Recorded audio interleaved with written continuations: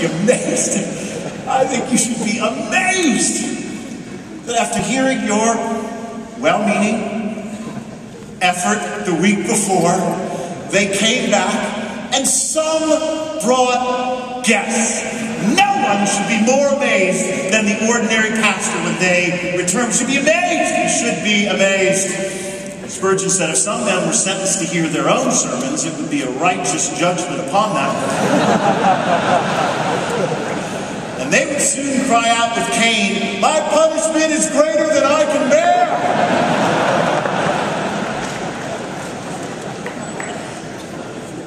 But keep that in mind in relation to the members of your church. We really should be grateful they came back.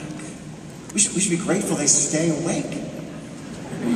We should be. I was reading recently, Edwards had to address, Jonathan Edwards had to address people falling asleep in his church.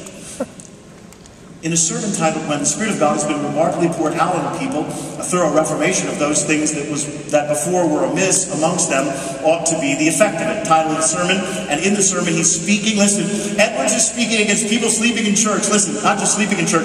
He urges, quote, that persons would avoid laying down their bodies in their seats in the midst of public worship.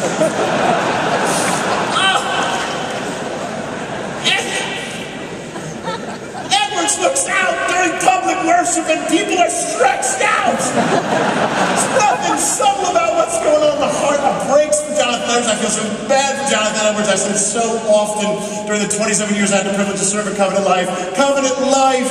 Edwards deserved Covenant Life. I deserve Northampton. Edwards didn't deserve this after addressing the sermon. People are laying out while Edwards is preaching. It changes everything. That's not happening at Covenant Life Church. People are, those who do fall asleep are good at it. They're subtle about it. And most of them don't stay, they don't fall asleep, and that's amazing because these sermons are 50 minutes or an hour, or now when I speak, word goes all the way through children's ministry. Because additional activities are going to have to be created. Because Mr. Mahaney's preaching, and we have no idea, kids, when this thing's coming to an end. More snacks!